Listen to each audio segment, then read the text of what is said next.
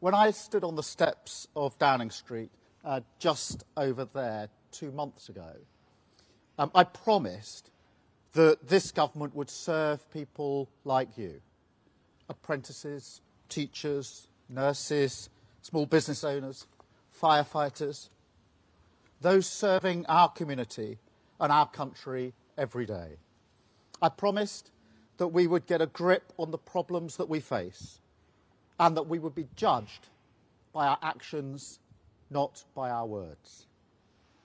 I said before the election, and I say it again really clearly today, growth, and frankly by that I do mean wealth creation, is the #1 priority of this Labour government.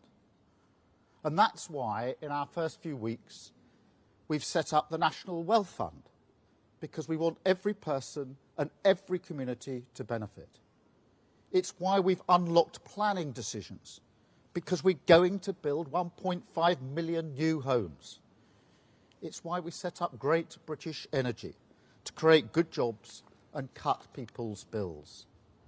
And it's why we ended the national strikes that have crippled our country for years. Because I defy anyone to tell me that you can grow the economy when people can't get to work because the transport system is broken, or can't return to work because they're stuck on an NHS waiting list. We've done more in 7 weeks than the last government did in 7 years. And these are just the first steps towards the change that people voted for, the change that I'm determined to deliver. But before the election, I also gave a warning. I said change would not happen overnight. When there's a deep rot at the heart of a structure, you can't just cover it up. You can't just tinker or rely on quick fixes. You have to overhaul the entire thing. Tackle it at root, even if it's harder work and takes more time. Because otherwise, what happens? The rot returns in all the same places, and it spreads worse than before. You know that, I know that, and that's why this project has always been about fixing the foundations of our country.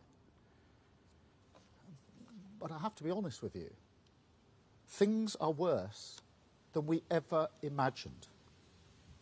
In the first few weeks, we discovered a £22 billion black hole in the public finances. And before anyone says, oh, this is just performative or playing politics, let's remember the OBR did not know about it. They wrote a letter setting that out. And they didn't know because the last government hid it.